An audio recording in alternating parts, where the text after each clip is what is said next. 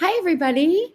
I'm Dr. Hillary Fredrickson. How's it going? I'm here with Cultivate Foundations, and Dr. Kara's on vacation, which is amazing. It is April, and it's spring break week here in California and also in Connecticut for the kids. So she's spending quality time with her daughter, which is so important. And it feels very different. Today's the day of the big eclipse. And for all things eclipse, you want to go check out my brother, Gemini Brett. He's all things up above the world, the stars, the sky. I'm all things down on the earth, like the groundedness stuff. But we're talking about skin. This is the month of skin. There's a lot going on as we age. I'm almost 50, and I've noticed that there's been a lot of changes to my skin, obviously, naturally. But I think in general, I've been really interested and excited to see how we can get skin better over time as we age. Like, find maybe it's not going to be the same quality as the skin of our, children or when we were younger, when we didn't really have to think about it. But there's so much that we can do to help our skin. This morning I use estrogen cream on my skin. I'm in perimenopause, not officially menopause yet, but I've been using topical estrogen on my skin for about a year to help with fine lines and wrinkles and really to help with the quality of the skin. Today we're talking a lot about rosacea. I have a lot of patients who have showed up with some sort of skin change here, whether it's melasma, like a browning of, or rosacea, which is a reddening, a readiness. I have makeup on, so you can't see mine, but this morning I woke up and I have some rosacea. So I just want to talk to you about how are some of the ways as naturopathic doctors that we treat rosacea or skin related changes. And really, I think there's 3 ways. And April, I'll be giving you the play-by-play because I'll be doing all of them on myself, trying to heal my rosacea. Rosacea can come from a couple different things, but age-related change. So a lot of times it will flare in perimenopause, menopause. Those of us that are from Northern England or Ireland or Scotland and those countries, like, we're definitely more at risk than more olive-skinned people. But it is a reflection of what's going on in the inside. As you've heard from us many, many times, skin is an inside job. So there's some testing I highly recommend if you have rosacea or a skin issue that keeps flaring. And with any skin issue, eczema, rosacea, psoriasis, skin flares, meaning that you'll have times where it feels like you're in remission and things are better, and then you'll have times where it flares and you are worse. So I'm wearing a blood sugar monitor right now because this is definitely very reactive and subject to sugar. And so I'm trying to see if I can keep my blood sugar down.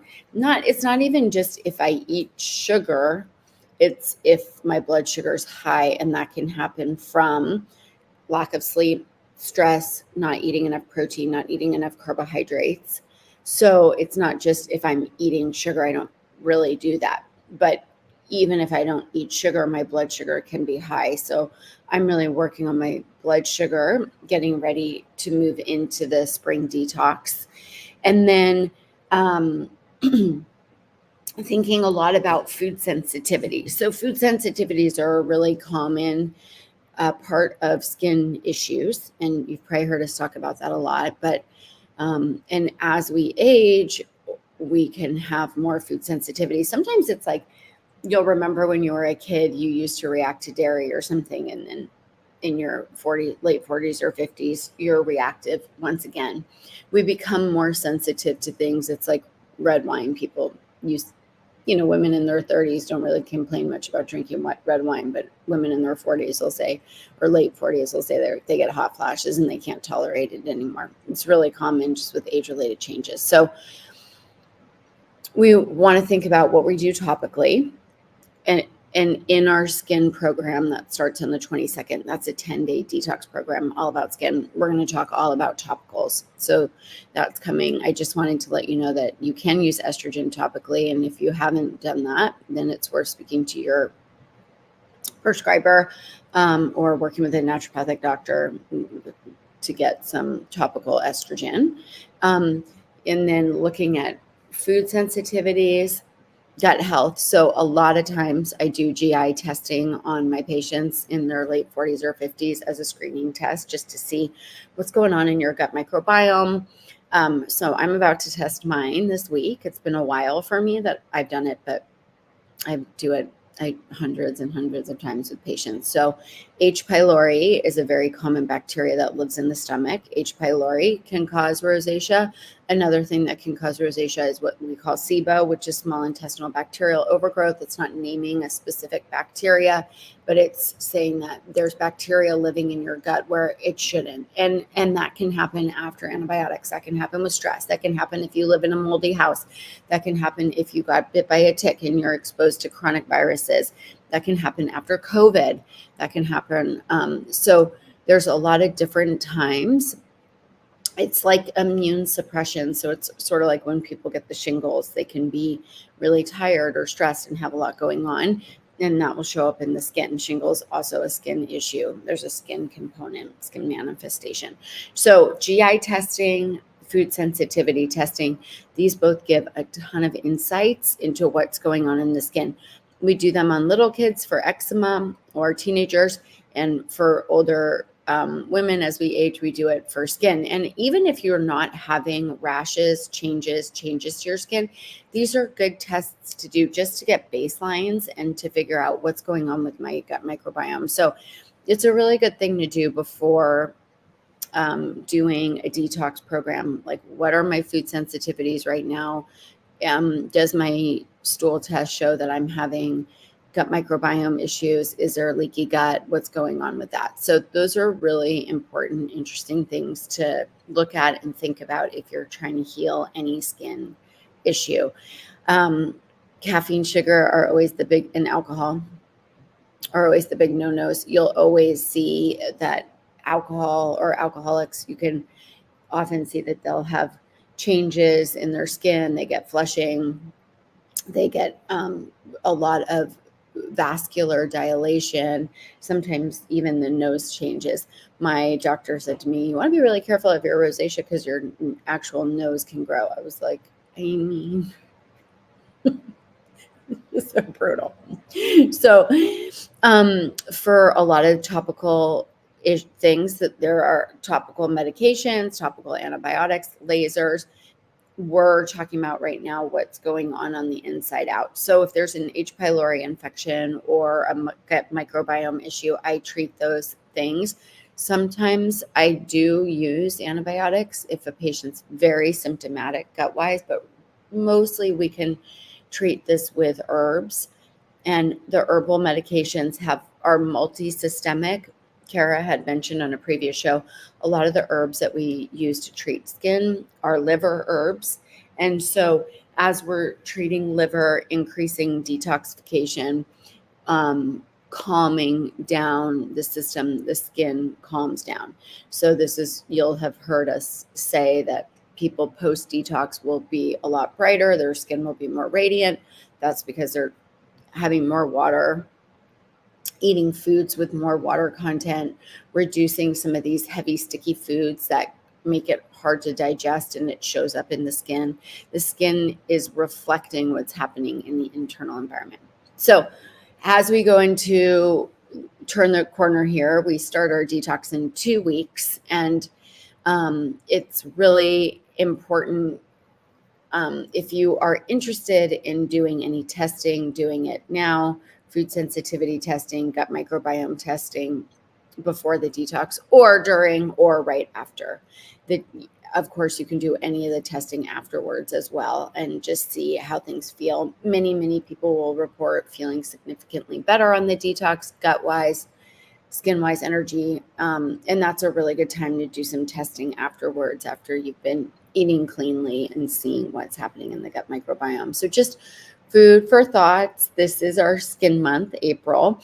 And we want to focus on, one, all the nutrients that are important in maintaining skin strength. We want to prevent getting skin cancers. basal cell cancers, squamous cell cancers, obviously melanomas. Melanomas can be really dangerous. And hopefully, if you're at risk of melanoma, you've been getting skin checks with your dermatologist annually. But we want to think about what will make our skin feel luminous, do its job, have not a ton of symptoms as we age into our 70s or 80s. It matters. Not, it's skin is really a barrier. It's our barrier to the outside world. It's a detox organ.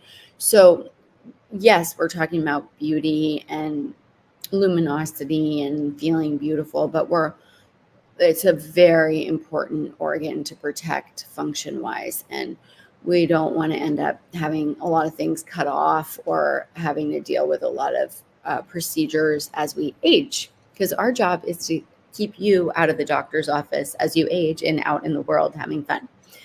Anyway, today is April 8th.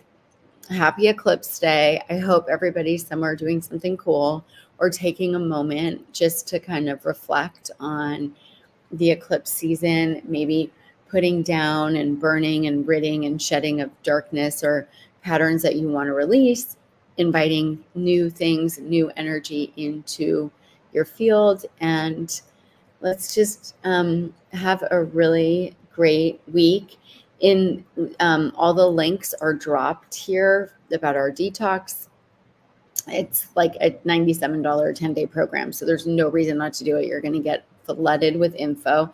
And then there's links for food sensitivity testing as well. So now is the time, if you think, okay, I've got something going on with my skin, I want to do the detox, I want to get info before the detox starts, get your food sensitivity test. You'll get results kind of right in the beginning of the detox. So that's pretty awesome. All that's included when you get the test. So that's kind of what we're thinking about with Skin Month. It's an inside job. You've heard us say it, but now it's time to kind of test and look and see what's going on. And I'll be giving you my play-by-play on my healing journey. But my goal is that in a month, my lesions or my rosacea is significantly better. I was under some stress in January and February, just some life stresses. And so my skin got a lot worse. And it's interesting to just see how it follows. It's not always immediate. It can be in the following month. So I've had some what I call flares, and that's going to get better. So obviously it's a lot of personal details, but you're learning just through my journey, and everybody can kind of relate. Many women, even if you're not having this now, it may come up later. And so you'll have tools about it. And if it's not this, but it's dry skin, eczema, psoriasis, same sort of thing. Sometimes dandruff, it's all sort of the same thing. It's just showing up in a different place. So inside job. Talk soon, everybody.